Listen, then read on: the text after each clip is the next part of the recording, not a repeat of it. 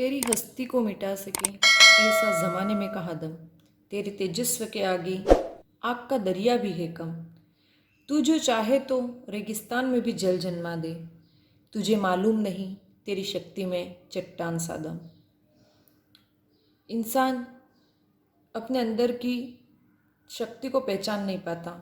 उसे लगता है कि वो कमज़ोर है, लेकिन भगवान ने हम सभी को कोई न कोई कौशल देकर अवश्य पैदा किया है। हमें अपने हुनर को पहचानना सीखना होगा। यदि हम अपनी मेहनत पर भरोसा करते हैं तो सफलता अवश्य हमारे कदमों में होती है। मैं किरण अपने YouTube चैनल साहित्यिक सौष्ठव में आप सभी का हार्दिक स्वागत एवं अभिनंदन करती हूँ। अभी तक हमने संज्ञा का शाब्दिक अर्थ, संज्ञा के भेद, संज्ञा के भेदों का विस्तृत वर्णन हमने पढ़ा। यदि आपने उनमें से कोई एक भी वीडियो मिस किया है तो ऊपर आई बटन पे क्लिक कीजिए, वहाँ से आपको पुराने वीडियो संज्ञा से संबंधित सारे मिल जाएंगे। उनसे पहले आप पढ़ लीजिए। आज हम संज्ञा से संबंधित प्रश्नोत्तरी हल करने जा रहे हैं। मैं पहले प्रश्न बोलूँगी, फिर उसके 4 ऑप्शंस दूंगी, तो जल्दी से आपको उत्तर गैस करना है और उसके बाद साथ ही साथ हम इसको सॉल्व करते हैं कि सही जवाब क्या है वो भी देखते हैं।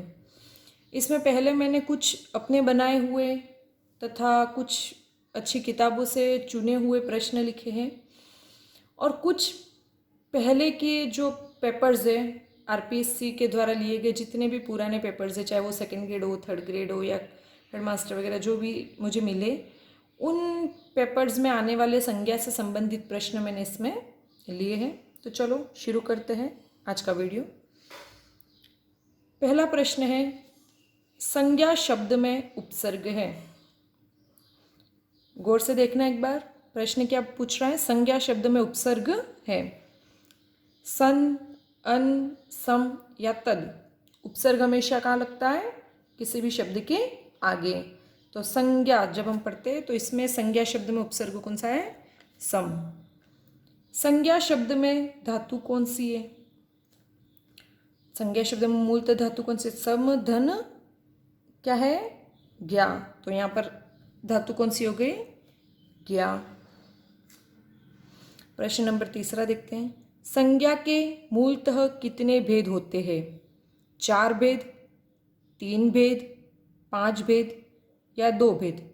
प्रश्न में पूछा क्या है? संज्ञा के मूलतः, इस शब्द पे ध्यान देना। मूलतः मतलब मैन कितने टाइप से, कितने भेद है?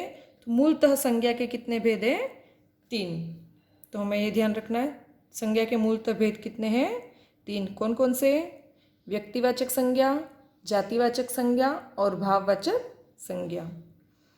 संज्ञा के किस भेद में विशेष का बोध होता है? जातिवाचक, समूहवाचक, भाववाचक या व्यक्तिवाचक? विशेष का बोध किसमें होता है? व्यक्तिवाचक। संज्ञा के व्यक्तिवाचक भेद में हमें सदैव विशेष का बोध होता है। अगला प्रश्न, माधुर्य शब्द में संज्ञा है। माधुर्य शब्द दिया है, उसमें कौन सी संज्ञा निहित है? जातिवाचक संज्ञा है, समूहवाचक संज्ञा है, भाववाचक संज्ञा है या व्यक्तिवाचक संज्ञा है?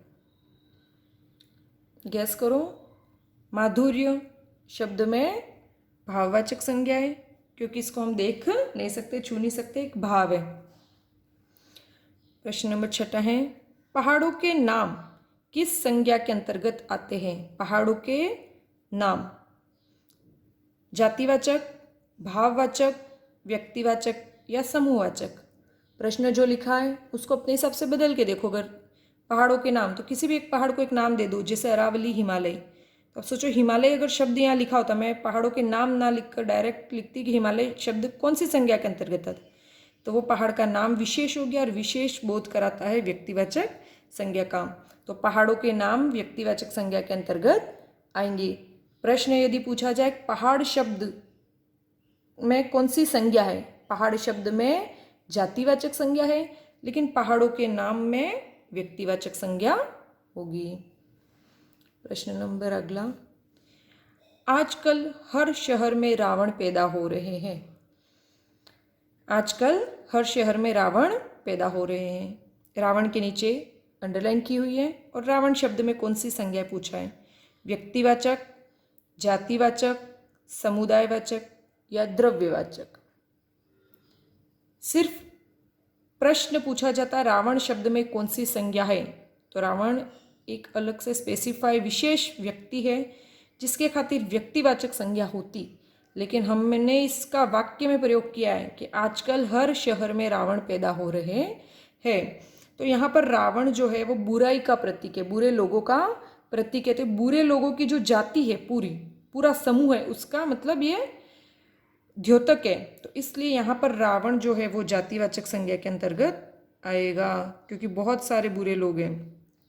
आजकल हर शहर में रावण पैदा हो रहे हैं और ये सारे लोग एक जगह पे इकट्ठे नहीं है। इसलिए अगर एक ही जगह बोलती कि ये पूरा शहर रावणों का शहर है, तो वहाँ पर समूहवाचक होती, क्योंकि एक ही जगह सारे लोग होते। लेकिन यहाँ पर आजकल हर शहर में मतलब हर किसी स्थान पे दुनिया के कोने कोने में हमें रावण जैसी बुरी प्रवृत्ति के लोग मिल जाते हैं। तो यहाँ पर उनकी बुरी प्रवृत्ति के खातिर, उनके जो बुराई है उनके खातिर, रावण यहाँ पर एक बुराई का प्रतीक है जिसके खातिर यह पूरे एक बुरे लोगों की जाति का द्योतक है। इसलिए यहाँ पर जातिवाचक संज्ञा आएगी। प्रश्न नंबर 8वां देखते हैं। इनमें से भाववाचक संज्ञा शब्द कौन सा है? बच्चा, बचपन, सुंदर या स्त्री। तो जो बचपन शब्द है वो भाववाचक संज्ञा है। सुंदर विशेषण है, ठीक है। सुंदरता अगर होता तो वो भाववाचक संज्ञा बन जाता कि विशेषण से भाववाचक संज्ञा का निर्माण। तो सुंदरता तो भाववाचक संज्ञा के अंतर्गत आएगा, लेकिन सुंदर विशेषण है। बच्चा जातिवाचक संज्ञा, उसी से बना बचपन, है ना। स्त्री जातिवाचक संज्ञा, जिससे बनेगा स्त्रीत्व, वो हो जाएगा हमारे भाववाचक संज्ञा। और सुंदर का सुंदरता।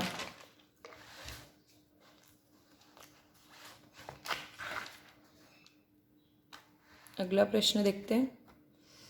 निर्मला प्रेमचंद की अप्रतिम कृति है, संज्ञा है। हमने एक प्रश्न बनाया है, निर्मला और प्रेमचंद दोनों को हमने अंडरलाइन की हुई है, ठीक है, कि निर्मला में और प्रेमचंद इन दोनों में कौन सी संज्ञा है। ऑप्शन ए व्यक्तिवाचक, जातिवाचक, जातिवाचक, व्यक्तिवाचक, व्यक्तिवाचक, व्यक्तिवाचक या जातिवाचक और जातिवाचक। तो हमको ज्ञान होना चाहिए कि निर्मला प्रेमचंद जी, मुंशी प्रेमचंद जी का लिखा गया एक उपन्यास है, जो एक उपन्यास का नाम विशेष है, पुस्तक का नाम विशेष है, जिसके कारण निर्मला भी व्यक्तिवाचक संज्ञा है और प्रेमचंद भी व्यक्ति विशेष होने के कारण व्यक्तिवाचक संज्ञा है। तो दोनों शब्द कैसे व्यक्तिवाचक संज्ञा शब्द है। प्रश्न नंबर 10 देखते हैं। हमारी लड़ाई हो गई है, संज्ञा है। लड़ाई शब्द में कौन सी संज्ञा है? तो लड़ाई शब्द में भी हमारे कौन सी संज्ञा है? भाववाचक संज्ञा। अगला प्रश्न है 11वां। तालाब में कमल खिल रहे हैं, संज्ञाएं बताइए। दो शब्द है, तालाब को अंडरलाइन किया हुआ और कमल को। इन दोनों शब्द में कौन कौन सी संज्ञा है? ऑप्शन 1 व्यक्तिवाचक द्रव्यवाचक, 2 व्यक्तिवाचक व्यक्तिवाचक, 3 जातिवाचक व्यक्तिवाचक, ऑप्शन नंबर 4 जातिवाचक और जातिवाचक। तालाब शब्द जो है वो कैसा है? जातिवाचक, लेकिन कमल एक फूल विशेष का नाम होने के खातिर ये हो गया व्यक्तिवाचक। तो हमारा ऑप्शन आएगा सी, तालाब जातिवाचक है और कमल है हमारे व्यक्तिवाचक संज्ञा के अंतर्गत आएगा। प्रश्न नंबर 12। वह बाजार गया है, संज्ञा है। बाजार शब्द में व्यक्तिवाचक, जातिवाचक, भाववाचक या समूहवाचक कौन सी संज्ञा होगी? हमने पढ़ा भी है, बाजार शब्द में लोगों की भीड़ होती है, दुकानें बहुत सारी होती है बाजार में, इसलिए समूहवाचक संज्ञा होगी। बाजार किसे कहते हैं? जहाँ पर दुकानें ही दुकानें, दुकानों का समूह हो, लोगों का समूह, तो इसलिए समूहवाचक संज्ञा। 13वां प्रश्न है, वह अपने पति के साथ सती हो गई। सती शब्द व्यक्तिवाचक, समूहवाचक, भाववाचक या जातिवाचक कौन सी संज्ञा होगी? जातिवाचक संज्ञा। उसके पास कपड़ों का ढेर पड़ा था, कपड़ों का ढेर, कपड़ों के ढेर के नीचे अंडरलाइन किया हुआ है। इसमें समुदायवाचक, व्यक्तिवाचक, जातिवाचक या भाववाचक कौन सी संज्ञा होगी? इसमें समुदायवाचक। ढेर शब्द से पता चल रहा है बहुत सारे कपड़े हैं। 15वां प्रश्न है, पेड़ पर बहुत पके आम लटक रहे थे। संज्ञा है, पेड़ पर बहुत पके आम लटक रहे थे। पेड़ और आम दोनों को रेखांकित किया हुआ है। इन शब्दों में कौन सी संज्ञा है? व्यक्तिवाचक, जातिवाचक, जातिवाचक, व्यक्तिवाचक, जातिवाचक, जातिवाचक या कोई नहीं। पेड़ शब्द जातिवाचक संज्ञा के अंतर्गत आएगा और आम जो है वो व्यक्तिवाचक संज्ञा के अंतर्गत। तो हमको देखना है कौन सा है भाई, पहले जातिवाचक और फिर व्यक्तिवाचक, तो होगा हमारा ऑप्शन नंबर 3। ठीक है। काफ़ी बच्चे जल्दबाजी में प्रश्न गलत कर देते। ऐसा नहीं है कि उनको आता नहीं है, लेकिन वो ऑप्शंस फटाफट आ रहा है उसके चक्कर में, और कभी ध्यान नहीं देते, उसके चक्कर में वो गलत कर बैठते हैं। प्रश्न नंबर 16, शहरी लोग मितव्ययी होते हैं। व्यक्तिवाचक, समूहवाचक, जातिवाचक या भाववाचक कौन सी संज्ञा होगी इसमें? समूहवाचक। यहाँ पर शहरी लोग होते हैं, इससे पता चल रहा है बहुत सारे लोग हैं, बहुत सारे लोगों के समूह की विशेषता बताई हुई है हमें। प्रश्न नंबर 17वां देखते हैं, 1 दर्जन केले देना। 1 दर्जन केले, केले शब्द में कौन सी संज्ञा? व्यक्तिवाचक, समूहवाचक, जातिवाचक या द्रव्यवाचक? बताइए जल्दी से। 1 दर्जन केले देना, केले जो शब्द है उसमें आएगी व्यक्तिवाचक संज्ञा। और इसी के साथ प्रश्न नंबर 18 पहले देखो, फिर मैं इसको क्लियर करती हूँ। 2 सेर आटा खरीद लाओ, यहाँ पे आटा शब्द में कौन सी संज्ञा होगी? व्यक्तिवाचक, समूहवाचक, जातिवाचक या द्रव्यवाचक? आटा शब्द में होगी यहाँ पर द्रव्यवाचक। आप मुझे बोलोगे कि जिन चीज़ों को मैंने पिछले वीडियो में बताया आपको द्रव्यवाचक संज्ञा पढ़ाते समय, कि जिन चीज़ों को गिना नहीं जा सके लेकिन नापा और तोल कर लाया जाए, वो हमारे किस में आएगी? द्रव्यवाचक संज्ञा में। 1 दर्जन, 2 दर्जन आप बोलोगे तो तोल के लेने की इकाई है, लेकिन आप ये सोचो कि केलों को क्या हम गिन नहीं सकते? गिन तो सकते हैं ना, एक फल विशेष है जिसके खातिर ये व्यक्तिवाचक संज्ञा के अंतर्गत आएगा। लेकिन आटे को हम हमेशा तोल के लेते हैं, इसलिए वो द्रव्यवाचक संज्ञा के अंतर्गत आएगा। प्रश्न पूछना, प्रश्न की भाषा पर और उसमें जो ऑप्शन है उन पर उसका उत्तर डिसाइड होता है। ज़रूरी नहीं है कि कोई शब्द दे दिया तो उसका उत्तर हमेशा वही रहे। चलो अगला देखते हैं, चमेली के फूल सफ़ेद होते हैं। ठीक है, ये प्रश्न बना है। तो चमेली जो शब्द है वो व्यक्तिवाचक संज्ञा है, समूहवाचक, जातिवाचक या द्रव्यवाचक? चमेली एक फूल विशेष का नाम है जिसके खातिर ये भी व्यक्तिवाचक संज्ञा के अंतर्गत आएगी। अगला प्रश्न है, वह लकड़ियों का गट्ठर सिर पर उठाए जा रहा था। लकड़ियों शब्द में कौन सा आएगा? व्यक्तिवाचक, द्रव्यवाचक, समूहवाचक या जातिवाचक? तो जो गट्ठर शब्द है उससे हमें पता चल रहा है कि यहाँ पर समूहवाचक संज्ञा का प्रयोग हुआ है। प्रश्न नंबर 21वां है, शहीद सैनिकों को नमन।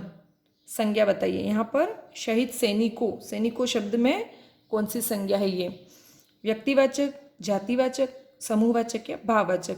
सैनिकों इस शब्द से पता चल रहा है कि यहाँ पर बहुत सारे सैनिकों की बात कह रहे हैं, इसलिए यहाँ पर समूहवाचक। प्रश्न नंबर 22वां, ईश्वर तुम्हारे सभी मनोरथ पूर्ण करे। संज्ञा है, ईश्वर शब्द में व्यक्तिवाचक संज्ञा है, जातिवाचक संज्ञा है, भाववाचक संज्ञा है, कोई नहीं। हमने पढ़ा था ईश्वर पद नाम है और पद नामों के में जातिवाचक संज्ञा हमेशा होती है, तो इसमें हुई जातिवाचक संज्ञा। प्रश्न नंबर 23वां देखते हैं, संज्ञा के कुल भेद कितने हैं? पहले हमने मूलतः भेद पढ़ लिए, अब पूछ रहा है कुल टोटल कितने हैं। तो संज्ञा के 2, 4, 3 या 5 कितने होते हैं? 5। कौन कौन से? व्यक्तिवाचक, जातिवाचक, भाववाचक है। तो मूलतः और व्यक्तिवाचक के अंतर्गत 2 हमने और पढ़े थे, द्रव्यवाचक और समूहवाचक। इस तरीके से संज्ञा के कुल भेद हो गए 5। चलो अगला पढ़ते हैं हम। प्रश्न नंबर 24वां है, दुकान से कपड़ा खरीद लाओ। संज्ञा है, दुकान और कपड़ा दोनों के नीचे दोनों को रेखांकित किया हुआ है। इन दोनों शब्दों में कौन सी संज्ञा है? व्यक्तिवाचक, जातिवाचक, जातिवाचक, द्रव्यवाचक, समूहवाचक, द्रव्यवाचक या द्रव्यवाचक और जातिवाचक? दुकान पहली बात दुकान, दुकान शब्द कौन सा है? दुकान शब्द है हमारे जातिवाचक संज्ञा के अंतर्गत, और कपड़ा हम माप के लेते हैं, इसलिए कपड़ा हो गया हमारे द्रव्यवाचक संज्ञा के अंतर्गत। दुकान जातिवाचक संज्ञा के अंतर्गत आएगा, लेकिन बाजार शब्द समूहवाचक संज्ञा के अंतर्गत। ये मैंने नोट लगवा के बताया भी था पिछले वीडियो में। और कपड़ा द्रव्यवाचक संज्ञा के अंतर्गत आएगा। 25वां प्रश्न है, महाविद्यालयों में छात्र संघ चुनावों की धूम है। इसमें छात्र संघ को रेखांकित किया है। इसमें कौन सी संज्ञा होगी? व्यक्तिवाचक, भाववाचक, जातिवाचक या समूहवाचक? संघ शब्द से पता चल रहा है बहुत सारे छात्र है, तो इसलिए छात्र वर्ग, छात्र संघ, इनमें समूहवाचक संज्ञा निहित है। प्रश्न नंबर 26वां है, अनाज की कमी से देश भूखा मर रहा है। अनाज शब्द को अंडरलाइन किया हुआ है। इसमें व्यक्तिवाचक संज्ञा होगी, जातिवाचक, समूहवाचक या द्रव्यवाचक। तो अनाज भी हम माप तोल की चीज़ है, इसलिए ये भी द्रव्यवाचक संज्ञा हो गई। तोल के लेते हैं हम हमेशा। 27वां प्रश्न है, परिवार शब्द में संज्ञा है व्यक्तिवाचक, समूहवाचक, जातिवाचक या द्रव्यवाचक? परिवार शब्द जो है वो समूहवाचक संज्ञा शब्द है। प्रश्न नंबर 18वां देखते हैं, जामुन शब्द में निहित संज्ञा है। जामुन शब्द में व्यक्तिवाचक, समूहवाचक, जातिवाचक या भाववाचक? तो जामुन एक फल विशेष है, जिसके खातिर इसमें कौन सी संज्ञा होगी? हमारे व्यक्तिवाचक। स्वास्थ्य शब्द में संज्ञा है। स्वास्थ्य शब्द व्यक्तिवाचक, जातिवाचक, भाववाचक या समूहवाचक? तो स्वास्थ्य जो शब्द है वो कैसा है? हमारे भाववाचक संज्ञा के अंतर्गत आएगा। बच्चों को खेल खेलना बहुत पसंद होता है। संज्ञा है। खेल शब्द में कौन सी संज्ञा है? व्यक्तिवाचक, भाववाचक, जातिवाचक या समूहवाचक?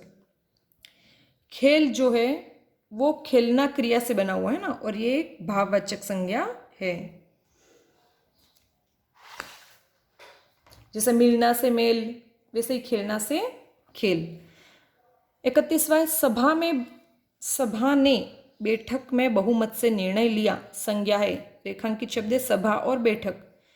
जातिवाचक, भाववाचक, भाववाचक, समूहवाचक, भाववाचक, व्यक्तिवाचक या समूहवाचक?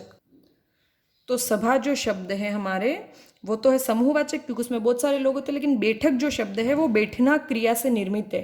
बैठना क्रिया से शब्द बना है बैठक, जो कि भाववाचक संज्ञा के अंतर्गत आएगा। तो इसका ऑप्शन सी या 3 सही है।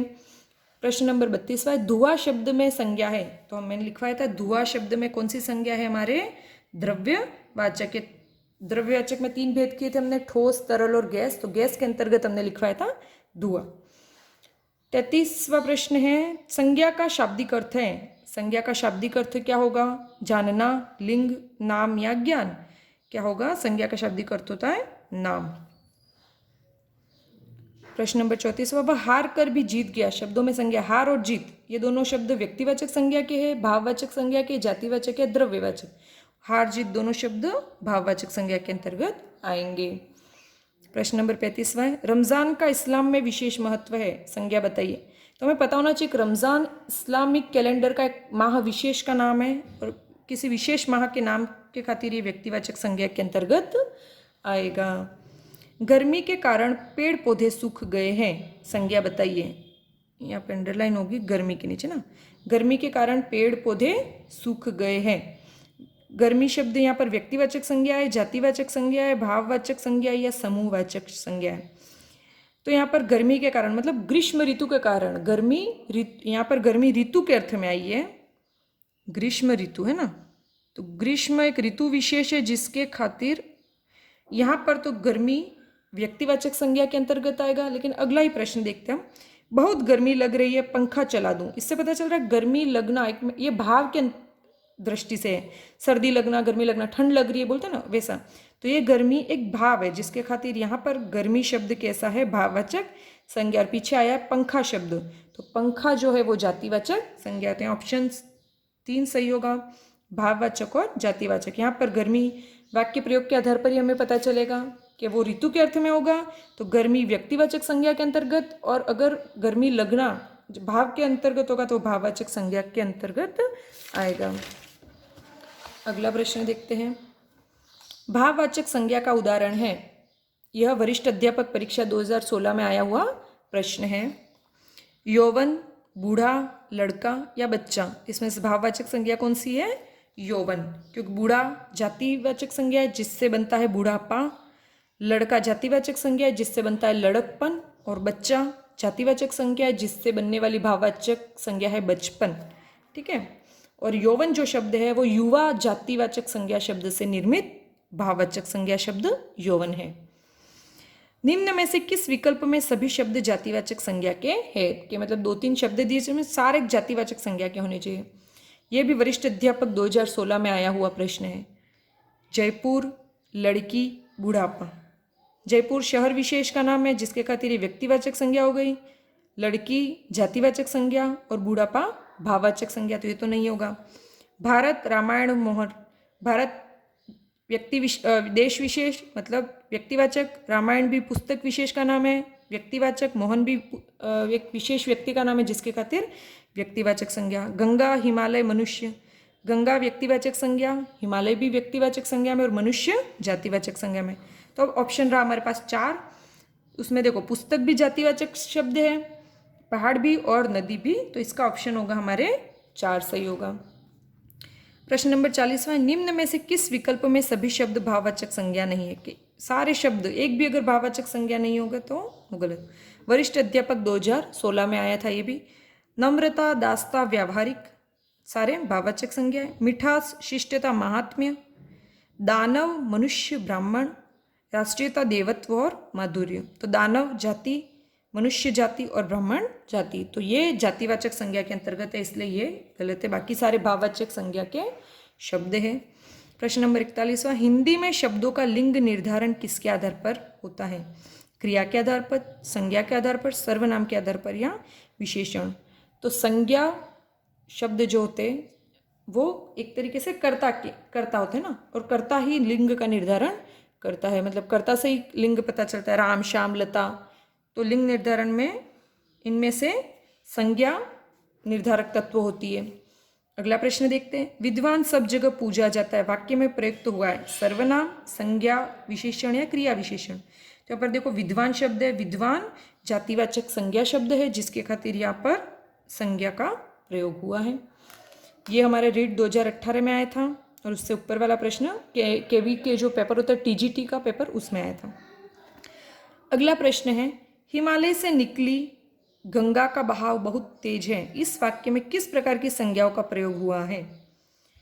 हिमालय, गंगा और बहाव 3 शब्द है, ठीक है। तो हिमालय और गंगा दोनों तो व्यक्तिवाचक संज्ञा, और बहाव जो शब्द है वो भाववाचक संज्ञा के अंतर्गत आएगा, इसलिए हमने बहना क्रिया से बना है बहाव शब्द जो कि भाववाचक संज्ञा है, तो इसमें ऑप्शन 1 होगा सही। अगला है, निम्नांकित में भाववाचक संज्ञा का उदाहरण है? भारत, भारतीय, भारतीयता या भारतवर्ष। भारत देश है, भारतीय लोग मतलब भारतीय जाति हो गई, भारतीयता जो शब्द है वो हमारे हो जाएगा भाववाचक संज्ञा के अंतर्गत। आजकल लोग पीतल के बर्तनों का इस्तेमाल नहीं करते हैं। पीतल कौन सा है? तो पीतल एक धातु विशेष है जिसके खातिर यह द्रव्यवाचक संज्ञा के अंतर्गत आएगा। चाबियों का गुच्छा कहाँ गया? गुच्छा शब्द से पता चल रहा है बहुत सारी चाबियाँ है, और यहाँ पर हो जाएगी हमारे समूहवाचक संज्ञा। हमारा खिंचाव श्रीलंका की तरफ है। खींचना क्रिया से बना खिंचाव शब्द जो कि भाववाचक संज्ञा के अंतर्गत आएगा। वह सदैव आपा खोकर नुकसान कर देता है। तो आपा जो शब्द है वो आप से बना है जिसके खातिर यह भी भाववाचक संज्ञा के अंतर्गत आएगा। कोरोना के कहर से सामान की बिक्री में गिरावट आई है। यहाँ पर 2 शब्द है, बिक्री और गिरावट।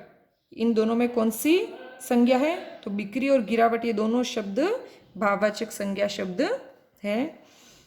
निम्नलिखित में विकारी शब्द है प्रतिदिन और रमेशा के कारण। तो हमने पढ़ा था कि संज्ञा शब्द कैसा है? विकारी शब्द है, जिसके खातिर यहाँ पर ये रमेश विकारी शब्द के अंतर्गत आएगा। यहाँ पर हमने प्रश्नोत्तरी देखी, समय को थोड़ा देखते हुए मैंने जल्दी में टॉपिक कंप्लीट किया है। आई होप आप सबको ये बहुत अच्छे लगे होंगे प्रश्न। और भी मैं आपसे रिक्वेस्ट करना चाहती हूँ कि 1-2 पेज छोड़ देना ताकि हम दूसरा टॉपिक पढ़ें, और उसमें भी मुझे अगर किन्हीं पेपर्स में संज्ञा से संबंधित प्रश्न मिले तो आप उनको नोट डाउन इन्हीं के साथ बाद में कर लेना। मैं भले अगले वीडियो में आपको बताऊंगी, लेकिन आप इन्हीं के साथ उनको लिख लेना। यहाँ हम अपने वीडियो को समाप्त करते हैं। धन्यवाद।